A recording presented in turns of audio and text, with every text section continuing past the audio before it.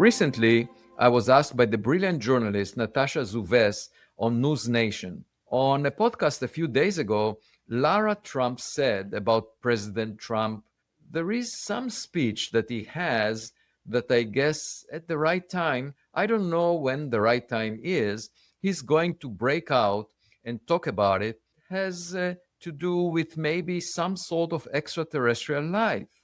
There is some speech that he has that I guess at the right time, and I don't know when the right time is, he's going to break out and talk about, and it has to do with maybe some sort of extraterrestrial life, so to speak.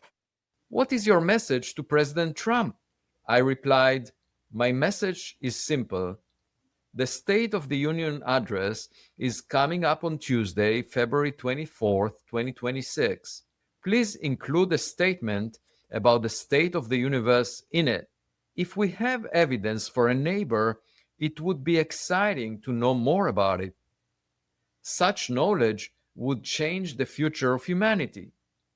The answer to Enrico Fermi's question, where is everybody, would be right here. Such a revelation would have huge implications. If our neighbors are visiting our backyard, we might decide to reciprocate and visit their backyard. By doing so, we could potentially learn about new science and technology from them.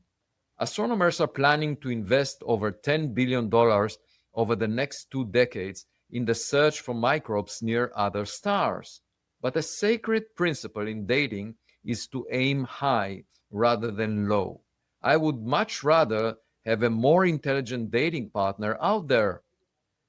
Are we alone? Is the most romantic question in science.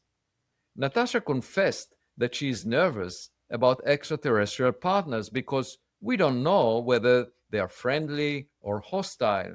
That was definitely quite an analogy. And you also mentioned that we might have siblings out there. Let us hope they're siblings of the nonviolent, very kind variety. I'm a little nervous, but Professor Avi Loeb, what a pleasure to speak with you as always. Thank you so much for your time tonight. Thanks for having me.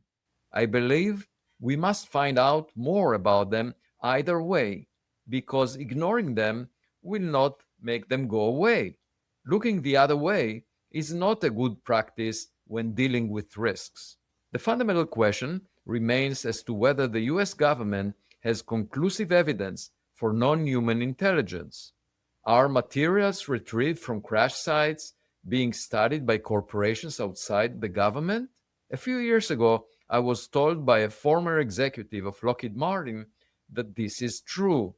Another former employee told me that he knows nothing about it. If such information is compartmentalized, this may explain why the All Domain Anomaly Resolution Office in the Pentagon reported publicly that no such information exists. Related information might be hidden from them. But what do former President Obama and current President Trump know? Are they fully aware of all the details? Obama said on a podcast a week ago about aliens, they're real, but I haven't seen them. President Trump responded that Obama gave classified information. He's not supposed to be doing that. The question is, what is that? It would be wonderful if President Trump would elaborate on what he meant by that at this upcoming State of the Union address.